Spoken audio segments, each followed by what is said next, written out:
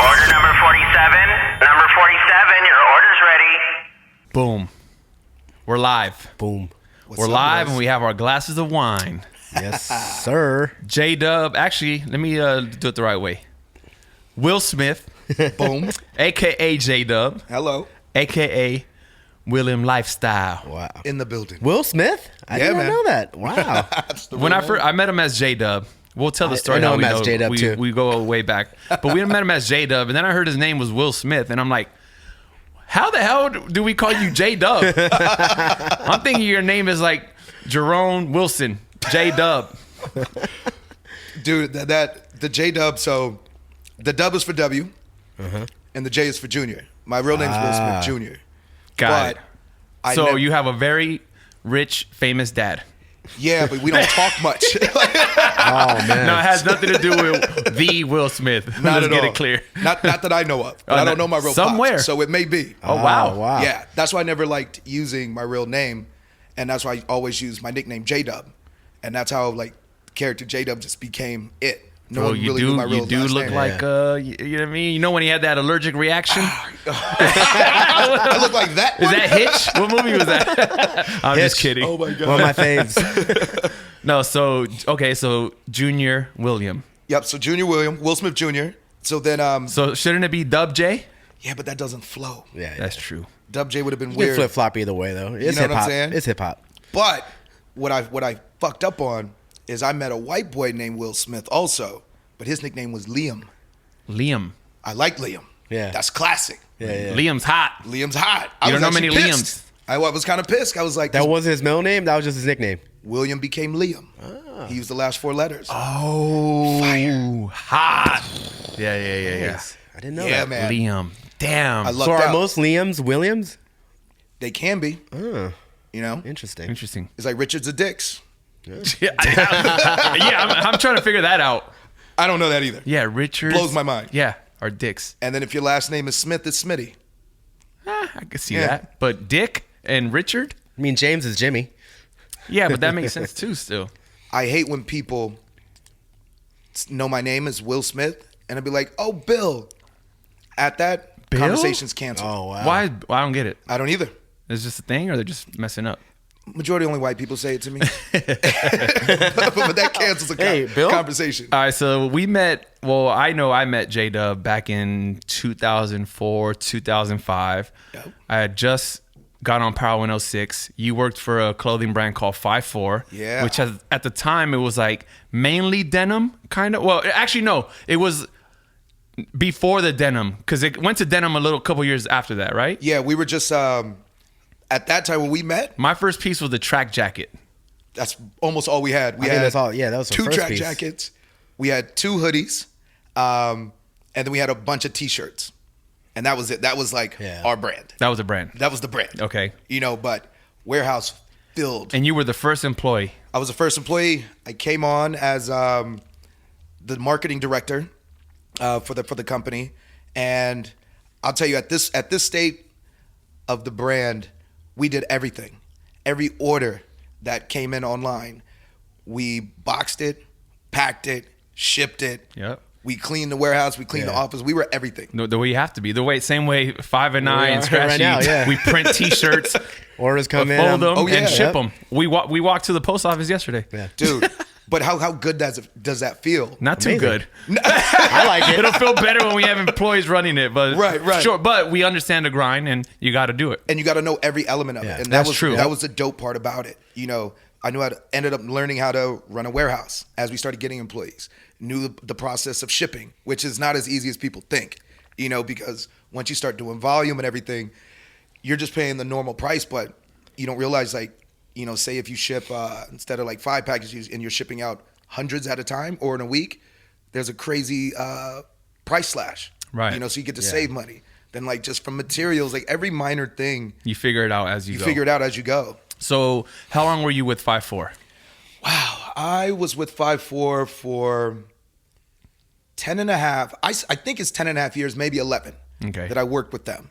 From being the first employee when it was just us in an office space to when, you know, You've seen the ups and downs of the entire company. I've seen everything from when we had retail stores to when we were almost broke to when times where we'd go to a trade show and we'd all sleep in the same room, you know, as we didn't have any money. I remember credit cards not working at times. All of us jumping in. Dee's mom, so Dee's one of the owners and good friend of all of us. We used to have this blue van, this blue minivan, and we used to run that shit to the ground. Go up to trade shows, we'd pack everything up. And at that time, when we were doing trade shows, we'd have a designer design the stuff in our office, and we'd build it up like as a practice run. And then me and one of our warehouse guys would go to Vegas like 2-3 days beforehand, and we didn't have the money to like hire a different company to build it. Yeah. We were there building our booths. Wow. And I remember one year we got all cut up because we had like fiberglass and metal. Wow. Damn. Dude, building, screwing. It was like we were union workers. Yeah. But it was dope because random talent you had to learn. Yep. You learned how to build booths from scratch. Yep. And this was like Life of a startup. Like life business. of a startup is real. That's true. So then let's fast forward. You know, this is a DJ podcast. So Yep. I remember our conversation. Let's start before our conversation in Vegas. What gave you the idea or gave you the passion or even made you decide that you wanted to become a DJ? And when was this? Do you remember? Because you've always been around music. Always. You're in the club every night wilding out. We've seen. Yeah, allegedly. That's Wolverine. My like love for music has always been there, like in my household. Even when it goes back to where my grandparents stay in Oakland, what they used to do back in the days, they converted because my grandmother's Japanese, grandfather's black. Yeah. That wasn't cool in the 60s to Right. go out in public and go party and stuff like that. So our garage, they painted it where it was green and red on the inside, and they wrote The Cave on it. Oh, wow. And so the Cave was a place where they would have like all the multicultural families and like friends come through. They played music, they entertained, they had food and Made their alcohol. own club in the That's dope, garage? man. Yeah, it was in Yeah. our garage. It was called The Cave. So I used to see all those records from when I was born and like when I lived in my grandparents' house, and they would always play music. So I'd hear like dope ass vinyl, and I still have it to this day. Wow. Damn. So that was like embedded in me since I was a kid. It was always music. And then my cousin used to work with Davey D in the Bay Area on this radio station KPFA and KPFB. I interned with them, and so I got to saw how like VJs and DJs interacted with like artists. People were calling in, and like they would talk to them, and I would see like some late night shows, and I was seeing how therapeutic it was, like what the DJ was doing and what the VJ was doing. Instead of just playing music, they were coaxing people through like issues, problems. Yeah. People would call in, was like, yo, I want to hear this song. This is my favorite song. Like, why is it your favorite song? And then you hear people like open up. So it was dope. It was like really infectious. And then I remember he used to do this thing called pirate radio, where we go to this house, go to this basement, and they would- Hijack a station. Yep, hijack a station and play records. Yeah. And he let me do that a couple times. I was like, yo, this is dope. Like, I wanted to do that.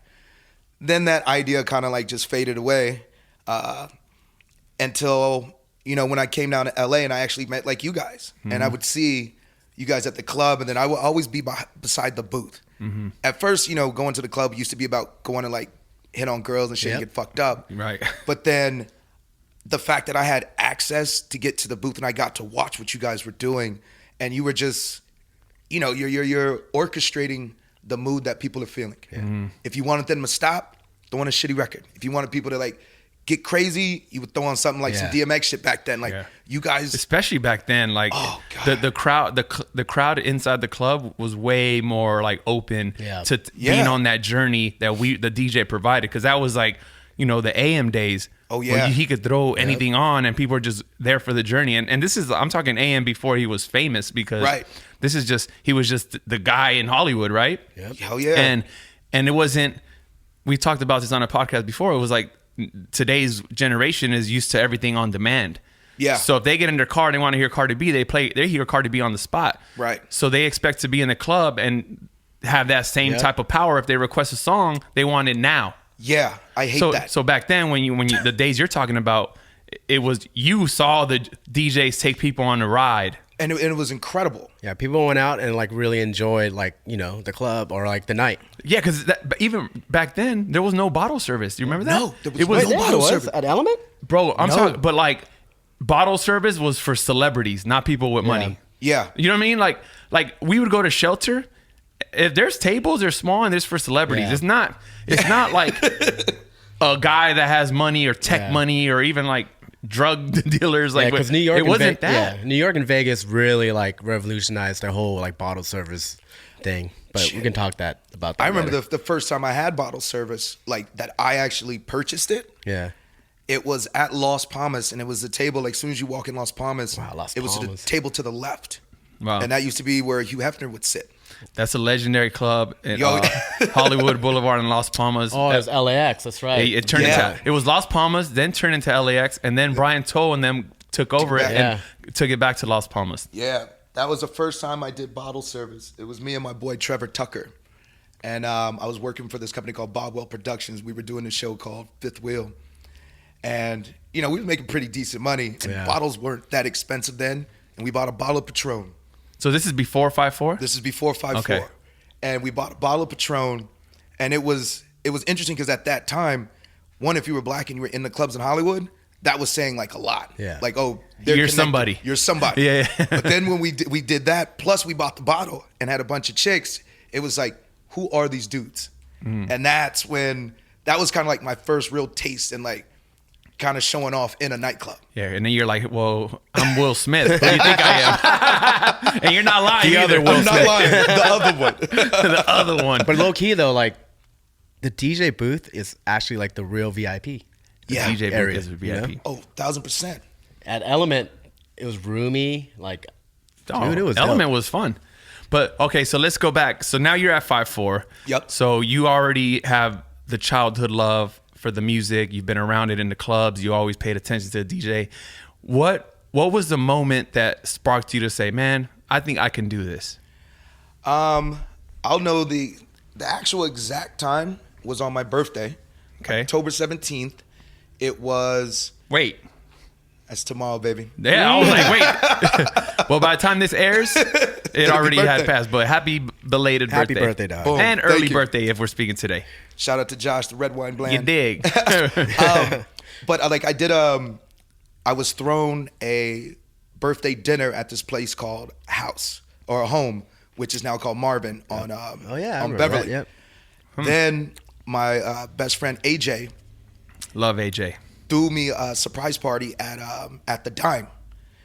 At this time, like I had got my laptop, I had my turntables, my mixer, which Anand Murthy was like, dude, for That's my Christmas, dog.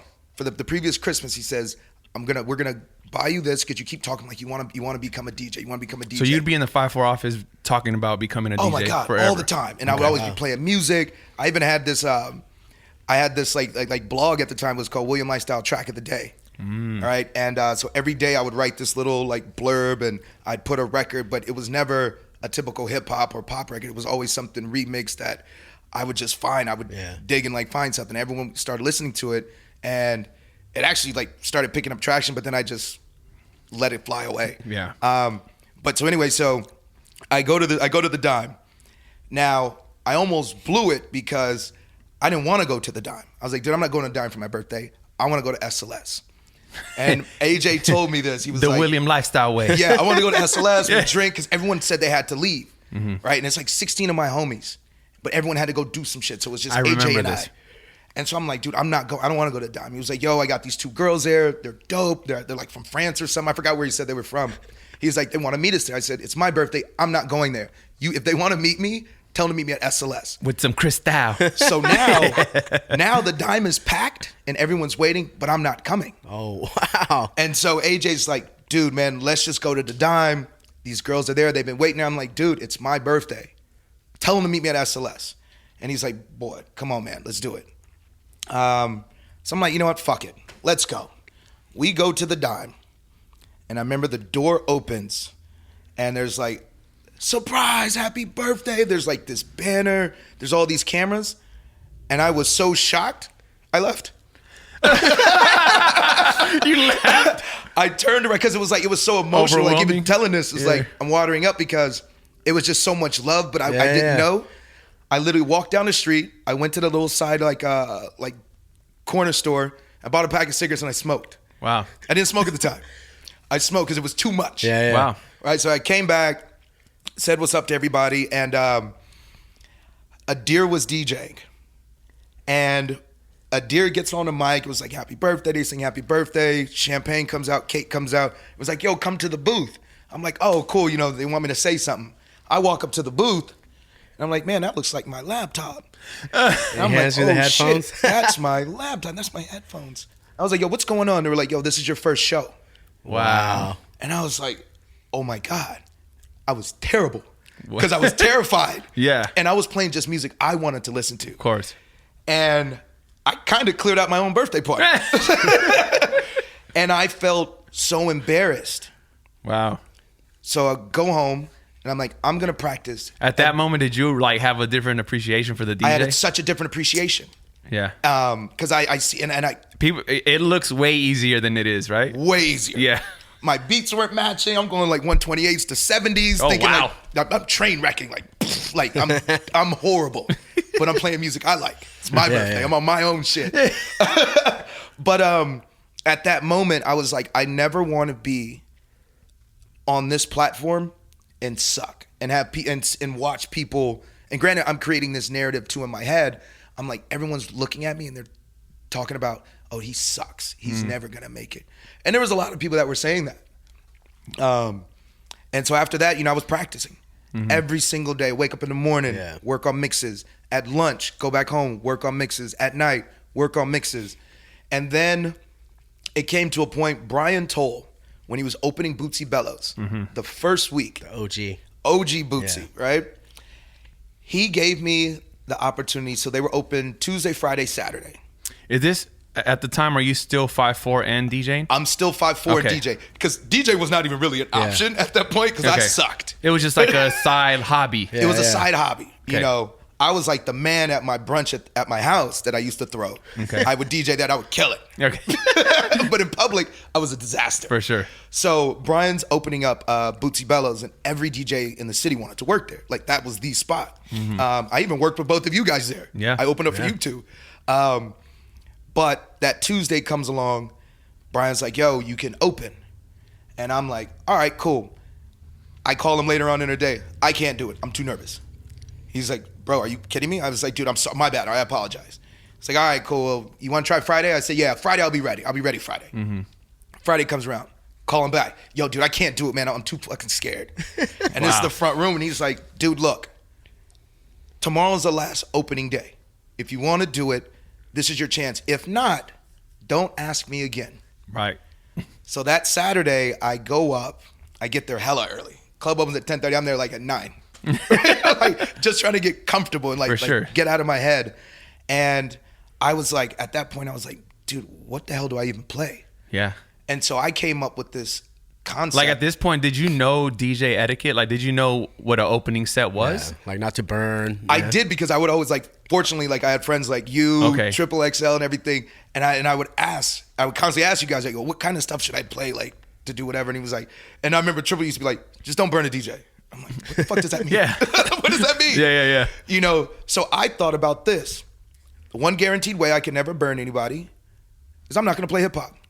I'm going to be the black DJ that plays clubs in Hollywood that doesn't play hip hop. Wow. And that was my shtick. What were you playing? I was playing like new disco, funk. So what year was indie. this? Shit. This was 2000. I'm trying to remember when Bootsy opened. I don't remember. No, that's like probably like later. That's like 2006 maybe. Was it? Wow. No. No, it was later than that. Maybe like 8 or 9, 2008 or 2009. Yeah, 8 or 9. Okay. And I started doing it, I started playing that way. Yeah. Girls loved the music. Dudes weren't fucking with me. Yeah. I didn't care about dudes. Yeah. Right. Yeah, of course. And so I would do that, and I was always safe. Right? And so Brian was like, yo, you actually did good. Then I got the Tuesday back. I got the Friday back. And then I did that for what? I was the opening DJ there for, 3 years? And that's the best training you can get as a DJ. Exactly. And I didn't realize that, though. We always say, you can tell from a good DJ by the way they open. Yeah. Like, That's true. because you get to build this story. Yeah. We all started as openers. I used to open at clubs in like a club called La Mirage, like Yeah. over here in LA, in Cerritos. Oh wow. Artesia technically, and I would open and for free for the longest, and then like they started giving me $25 a night. Yeah, So I would open for Vinyl Dave, and I used to be there. But it was like the best thing that ever happened to me. Yeah, I it's used to open for War and Peace and Mr. Bob at Raw. Wow. raw. Yeah, Raw. That was like the hottest like Wednesday night. Because if you could learn how to open, it's like learning how to DJ on shitty equipment, which we all Yeah. did. Mm-hmm. Once you get on the good stuff, it's like, oh wow, it's like butter. Yeah. Yeah. So when you learn how to open, like try to keep a room dancing with like non-hits. Yep. The moment you are headlining and get to play the hits, Oh, eyes game closed. over. Game Do it over. with your eyes closed. I remember like sometimes opening. To be honest, I've actually opened for. It sounds for you because you don't DJ. I've opened for every DJ that's in this room. Yep. Scratchy too. Yeah, I've opened for Scratchy. Where's Scratchy Bootsy at? before. All right. So now you're opening Bootsy a couple times a week. Yep. At what point, because you had a very successful and long career in fashion at 5'4", fashion, and at what point did you say, you know what, it's time to like take DJing from a part-time hobby or part-time gig to let's take this serious and let's focus on it full-time? It was, I think it was after the first year. So I was burning the candle on both ends, you know. And at first it was good. I was able to manage it. But then it's like my love for fashion was like transitioning, and like music's just started like beating harder like in my heart. And it was like an honest decision to chase after DJing, because like I was working with my best friends, you know. I wasn't providing what I was supposed to at that time. Right. You know, now that would have been selfish if You felt you were slacking on the 5'4" stuff, Like, really not giving it your because your all. love was shifting towards Yeah. the DJ. Yeah, Got it. and like if I do something, I like to be all in. For sure. You know, and I remember, and like shout out to D, shout out to Andre, shout out to Anand for this.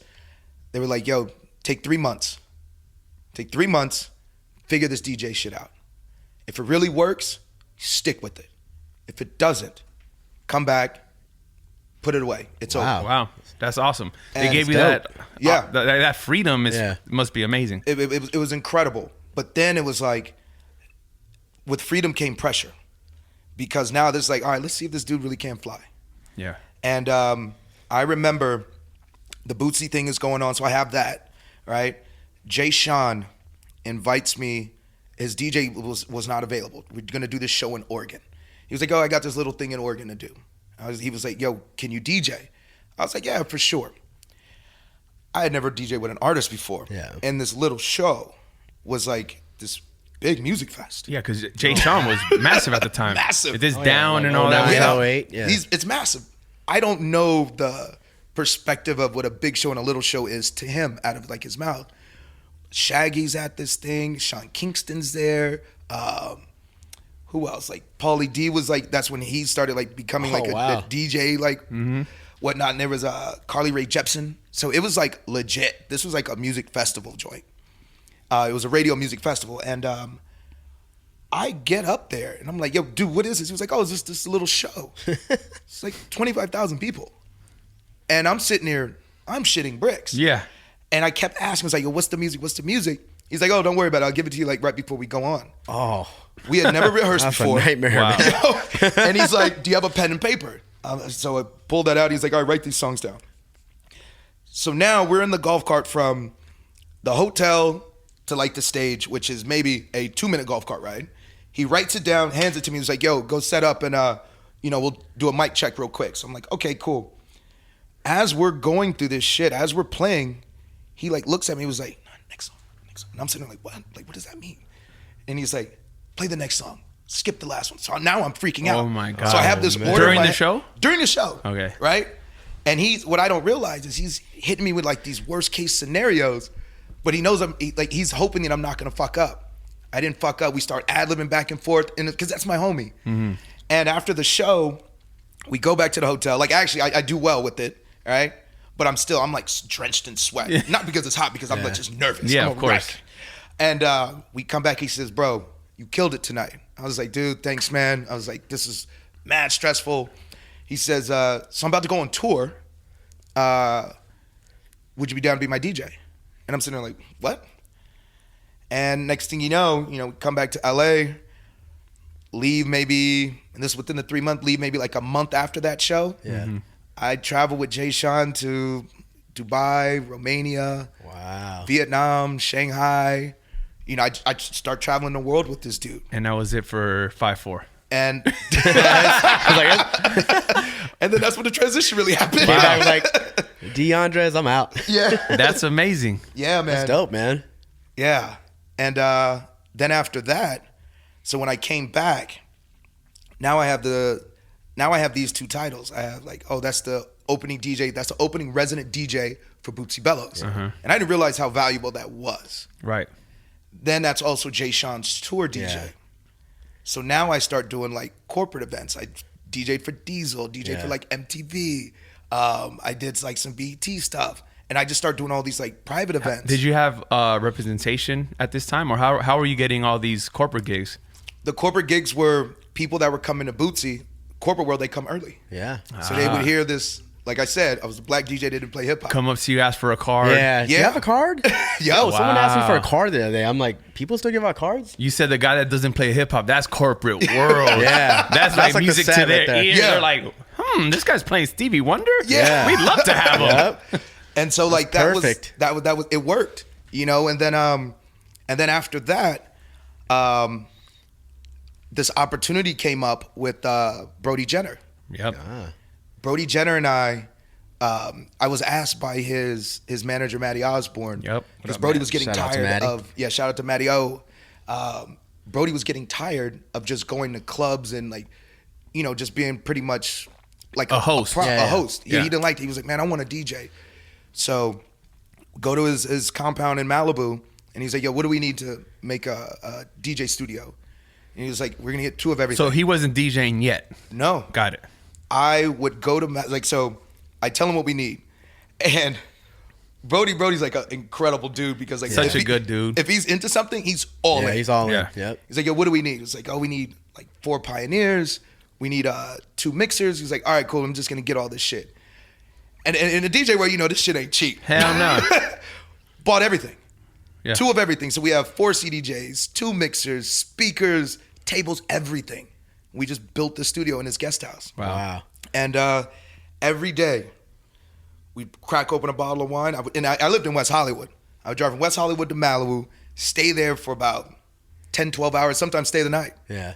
And we would just practice, work on sets, practice. And I think our first show was either at Bootsy or either at Hooray Henry's in Beverly Hills. Yeah. And after that, some way, somehow, we end up getting a residency at Tao, Yep. Las Vegas. I remember Las that, Vegas. And that's when shit really became super real, is because the billboard started happening. Yeah. And I didn't even know the billboard was in I remember it. seeing those actually driving around. Yo. And I remember one day, it was like maybe like on a Thursday or something. I'm just like chilling in LA. I'm getting like, my phone just starts blowing up. A bunch of my friends from Oakland were driving to Vegas to go party for the weekend. And they see a big billboard with like my face and William Lifestyle on it and Brody Jenner. And I'm getting all these texts like, bro, you're in Vegas? And I said, nah, I'm in LA. They were like, nah, fam, you're in Vegas. Wow. And I saw these billboards, and that like put like such a shock. Yeah. And it just like recalibrated everything. Yep. It was like, because, for a DJ to get a billboard, It's an incredible Yeah. feeling, man. and it's not easy. I'll never forget the first time I saw one. It's like being a kid again and receiving like the best Christmas present ever. Yeah. And when that happened, it was like, dude, this shit is fucking real. The Tao residency happened, then had a residency in Arizona, Connecticut. Like, we were traveling the world. Oh, sorry, we were traveling domestically together. We never did anything overseas, but my domestic like residencies. That's nuts. People are paying me to come play other people's songs in different cities. Yeah. Like, it's real. It's real. Yeah, man. I still get goosebumps thinking about it today. Like it never gets old. And then what happened with the Brody Jenner duo? Like, did you guys just split ways? We did it. How long did that last? 2 years. 2 years. Wow. 2 years, residencies and everything. And it's everything has its shelf life. So I remember this, man. This was a shitty feeling. We were at Tao. We were playing at Tao, and there was like I guess it was like the clientele that was in there. They wanted something specific, and we just weren't playing for them. Like our shit was just off for them, and I mean we got pulled off. And to get pulled off, it's you're breaking up with your girlfriend in front of everybody. It's not in a closed room. You guys are breaking up in front of everybody. Terrible feeling. Terrible feeling. Embarrassing. It was super embarrassing. Yeah. And so. So do you remember that moment? Do you remember what went wrong? Is it just someone wanting different music? It was just that night we were off. We weren't in sync. And you could see it. You could see it because we were a duo. Like how you guys rock. That's how we were rocking. Yeah. We have. I feel like we have some nights where we're just off too. And just happens. It happens. But when that happened, and we got taken off, and in Tao, there's a door behind you. So when you get out the booth, there's the actual door behind you. Yeah. And it's like, game over, boys, get out of here. And it's like we close our shit out. Other DJ switches up. How long were you guys into your set? Probably about like maybe halfway, like 45 minutes into it. Wow. Wait, you actually went through the back door? Yeah. No way. Yeah, man. Exit. Get off the stage. Peace. Out of here. Wow. And it was shitty because like our girlfriends were with us, manager was with us, and he was like, "You guys are done." Were you confused, like kind of like in denial, like, nah, what are you talking about? Or were you like, you know what? I Sure, knew we were off. off, but I was confused because I didn't know like being pulled off was like a thing. Yeah, because you kind of thought you guys were, there's billboards. You guys are the show. Like you can't. Boom. Can't tell Drake to get off the stage if he's having a bad night. People are here to see him. The billboard that was a reality check. We were at a level of comfortness. Got it. And after that, like shortly after that, that's when we like disbanded, and then Devin Lucian and Brody started becoming a duo. Yeah. And they started doing their things. And when that happened, normally you would think something like that's a slap in the face, but it was done properly. Like Devin and I, we had a conversation about it. Brody and I had a conversation. Yeah. All three of us had a combo, and like we're brothers. Yeah. We all rock together, and so it was done right. Sometimes had that conversation not happened, there would have definitely been some an fallout. issue. Oh, fuck yeah. Yeah. 1000%. Yeah. But it was done right. Our time was done. And so then I remember people were like, "Oh, you lost your Brody shit. Your shit's done now." Soon as that happened, right? Even during that, like him and I. So at that moment, did you have any regret, or like did you say, "Damn, man, did I make the right move leaving this career with 5'4", etc.?" And then like shit's just falling apart for me. Did you have a moment like that? Oh God, yeah. I was like depressed. I was really depressed. I'm like, dude, there was no backup plan. Like DJing was my backup plan in my transition to fashion. Yeah. And at first I thought I was gonna do both. But then like when that debacle like fell off, it wasn't just Tao. It's all these cities. Everything. And that's Because that was your main thing. You guys were so busy on the road together. bro, Kept you busy, kept you making a lot of money. yes. Shit ton of money. Yeah. And then shit really hits is when you look at your calendar and then shit just starts disappearing. It just disappears. Jeez. And I'm like, damn. So then, I started working more in LA, but the money's different. And I love that you're being open about this, because like people listening, we all like Five and I and E-Rock had a pod earlier where we talked about shit that's happened to us, Getting pulled, getting fired, getting yelled at, Oh. like losing gigs, and it's like, damn, like my life is over. You Happens know, to the best of you just us, gotta man. be every. Yeah. I love everyone that just has a real moment and loves is okay to talk about that. I mean, you have to, man. Like everyone hears the cookie cutter like bullshit story. But what's the that don't kill me can only make me stronger. It's true. it's very true, man. Because Think about if everything would have kept going right, like shit probably would have been bad for you. Like to be honest, like you could have been a disaster. Rockstar shit. You know when everything's good, 1000%. It was they ruin early your enough life in your by- like DJing career where it's like, okay, you can Yes. like bounce back You from need it. a reality Yeah. check. I needed that because at that point my alcohol consumption was going up. My relationship was fucking dwindling. I wasn't sleeping properly. You know, nothing else mattered but like the next gig. You know, and it even came to a point where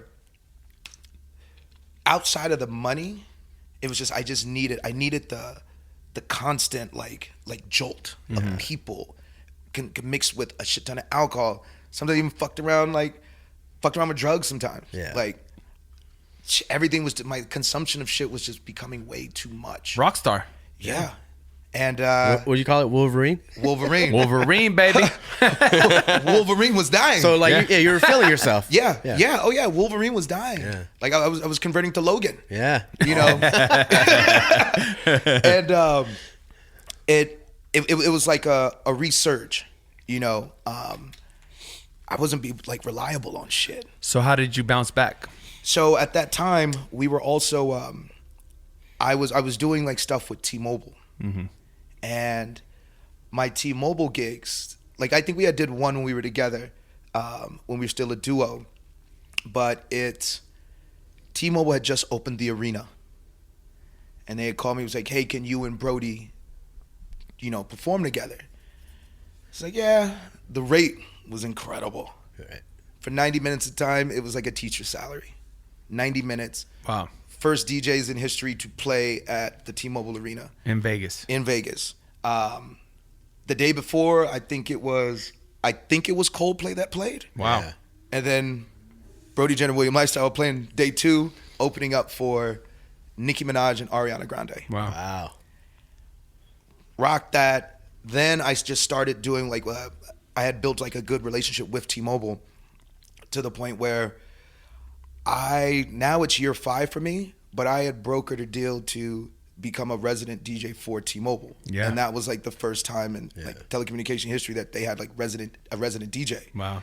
So it was kind of like, I like to consider like my contribution like to the DJ culture. Like I created like a lane. So now there is this opportunity, like there is a thing where DJs could be repped by an actual telecommunication label. Yeah, big company like that. So That you would never think T-Mobile has a resident DJ. yo, That's crazy. It baffles Hey, now everyone. you know. Crazy. Who and, is? and you travel all over the world with them. All over the world with T-Mobile. I'll do maybe, I don't know, 25, 30 gigs a year on like a good year with them. Like this year Damn. alone. Huh? Damn. Yeah, with T-Mobile. So like this year I've done Vegas, Yeah. I've done Puerto Rico, I've done Maui, and I've been all over the US. Like I'm on tour right now. Yeah. I got back yesterday. So thank you guys for like giving time for me to come on, and then I leave again Sunday to go back on the road. That's awesome, man. Yeah, So man. dope, man. That's great, bro. Such a great story. Because like I love the risk you took from leaving a career you had with your friends that you started, and it worked. Because by the time you left 5-4, how many employees did they have? Shit, by that time we were over 50. Did you leave before it became a subscription base? No, we were probably a year and a half in subscription based. wow. Okay, so Yeah. all right, so yeah, you've seen the whole thing. Everything from And it was a safe salary that these are your friends. They're not getting rid of you. No. You're not getting fired, right? No. So the risk you took from that secure and that steady paycheck, because the reason I want to like dig into that is because there is a lot of people listening now that might take DJing as a part-time or as a hobby, and they have that thought in their mind, like, should I do this? Yeah. I want to do this, Make but the should jump. I? So, and it's not easy to give that advice, like, yeah, do it, because the in the DJ world, your next paycheck or your next gig's not promised. Yep. It's not. It's all up to you, and in your case, we've known you forever, and Yeah. your network and your relationship, because you're an incredible guy, and like Thank you. you're very easy to like and talk Yeah. to. So the relationships are crazy.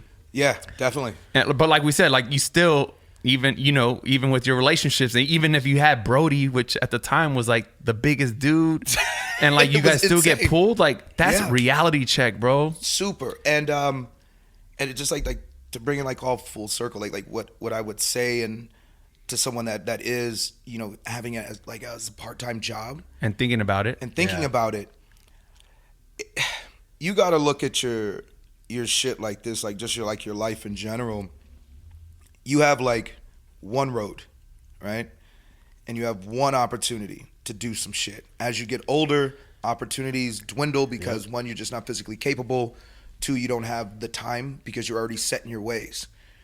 If you don't like go after like one of like your impulses or one of like your dreams or your ideas, the worst thing you're gonna do is at the end of your road, you're just gonna live with regret, and you're just gonna constantly. One thing you'll never forget the shit that you wanted to do that you never did. Right. That's a constant burden. Like you'll forget what you ate last week, but you're never gonna forget. Like, man, I wish I would have asked that girl out, or I wish I would have shot that shot, or I wish I would have tried this job. I wish I would have tried DJing. That's true. And very true. You'll never forget that. You'll forget everything. You'll lose your wallet. You'll forget where you put your phone. Yeah. You will never forget the burdens, or they become burdens, of the dreams that you didn't try to achieve. I also want to say this is because like in our head, you could after 25-year-old be like, oh, I'm getting old, right? Yeah. And I'm like, bro. So I saw a meme a couple of weeks ago, maybe a couple of months ago, and it really like did something to me because it was a meme. It wasn't like a meme. Like you see a meme and you think funny, right? It wasn't a funny thing. It was like a post, and it had like 5 of the biggest companies in the world today. Right. And it had the founders next to it, and it had the age of when they started it. Oh yeah. I remember that one. And I was seeing like, that. oh my, like, dude, like, obviously I'm completely wrong. I don't know off top, but let's just, for the sake of the argument, let's just say Coca-Cola, the founder, started it at age 48. Yeah. Chevrolet or Ford, they started it at the age of 62. You know what I mean? Like, for example, and it's like, think about it. If he took 20 years to build this company at 50, he's 70 now. That's like 20 years of, you know what I mean? Like let's just see it like this. It's like, you don't think whatever you decide to do today is the last thing you're going to do in life. Like, for sure. It's just another journey. Take that risk. And then if it doesn't work out, start something else. Like as long as you believe in yourself and in what you're doing, and as long as you're doing it from the heart, like not just for money, and like it's not like you say, you know what, 5-4 ain't paying me, man. I know, Time to start DJing. I know what these guys were making over here. I'm gonna become a DJ. I need more money. It wasn't that. No, it at never all. was that. Yeah. And I know it wasn't that because you were happy that you got a chance to open at Bootsy. And I know what Brian pays. Exactly. I love you, Brian, but ain't no bills paid off that. even headliners don't get paid there. You're absolutely right, man. But that's just in the LA market. Like LA, New York, they don't pay. It's just the opportunity of being in these. Exactly. It's a great look. But so that's what I'm saying. That's why I know you did it for the love and you believed in something. Yeah. But same, like I said, just take that risk. And if you can have a 10-year career or 10 years to figure out the DJ world, and if it doesn't work out, something else will. Like 100%. Like we're not that old. Like as much as we want, like, I feel bad, like talking to 5 and like, oh man, we're old as fuck. And then like a 60-year-old man sitting next to us looking at us like, you young pieces of shit. What are you saying? And it's true. Like we shouldn't be saying we're old, but we're so young. So the old thing was this. So I was playing at this is actually incredible. I was playing at the Rooftop SLS. I just finished playing like during the summer. The spot you wanted to go to for your birthday. Yes. You're now DJing that. Now I'm Let's DJing go. I'm saying the universe. Yeah, the universe puts it out there. So I'm playing there. I just finished my set, and it's all like deep house, like funk music, and I get a cabana in the back, and I just wanted to like download, and I have like I'm by myself at this point, right? I go back there, and there's this old white dude. Him and his wife, they were sitting down. They were like enjoying themselves. I get in the back, pull out my laptop, I order a bottle of rosé, and I'm chilling. You did. Of course, rosé in the summer all day. And I'm chilling. A guy comes up to me, and he was like, "Man, I really enjoyed myself." And I was like, "Oh, dude, thank you so much." He's like, I want to keep in contact with you. I live in Australia. I come back to LA. I'd love to hang out with you. And I was like, wow, that's odd. And so I was like, okay. I was like, do you go out? He says, yeah. He was like, but he's like, man, I saw people constantly coming up to you. He was like, I think my daughter would love you. Oh. Show me a picture of his daughter. Hot. Wow. Super hot. But anyway, so he sits with me and he tells me this like quick story about how in Australia, he was going to this club and he was like, yeah, there was a bunch of young people there. He was like, but the doorman was like this 60, 70-year-old white dude, but very well dressed, put together. And and he says, he goes up to the doorman and he says, can you let an old guy like me in? And he was like, I want you to step aside and I want you to think about what you just asked me. And he was like, okay, cool. And he was like, you know what, better yet, go inside, enjoy yourself with all the young people. When you come out, make sure you chat with me. Wow. And he comes out, and this dude's like 60 himself. Right. And he was like, yo, what did you mean by that statement? He was like, why did you want me to think about it? He says, I am in charge of the hottest club with the youngest people in the city that come here. Every celeb, they have to come talk to me. He says, the one thing and the one reason why I'm able to hold this job is like, I never let the old man in. And he was like, what do you mean? And it's a mental thing. People make themselves older than they are. Right. And it's a mental note. He says, you never let the old guy in. And that's what keeps you young. That's what keeps you vibrant. That's what keeps you fresh. And he says, that's why I'd love to hang out with you when I come into LA. Because he says, I don't want the old guy to be allowed into his like mental state. Yeah. So he wants young people around. Always. Wow. And I listened to that and I was like, yo, that's actually really dope. Because once you start telling yourself you're old or like I'm too old to be doing this, that's when you're gonna fucking start slacking. Right. And it's crazy because we start panicking, stressing ourselves out, thinking we're old. And then, man, we have a lot to look forward to. And Years. Years. Man, I'm I mean, 17 dude, at If heart, everything dog. goes right, obviously. But, just... We still act like teenagers, man. What we talking about? Yeah, we're a disaster. But but thank you so much, Will, for coming out, man. Thank you, man. William Shit. Thank you for Lifestyle. having me, man. I'm so dope. Amazing Such a good story. man. Yeah, many more to come. Thank you for the bottle of wine and happy birthday, Yes, by the way. yes. Thank you, Happy boys. birthday. Fucking love you guys. Of course. Five Eric Dlux. Yes, indeed. HMC. Yes, Yes, sir. Thank you. Thank you guys for tuning in. Boom.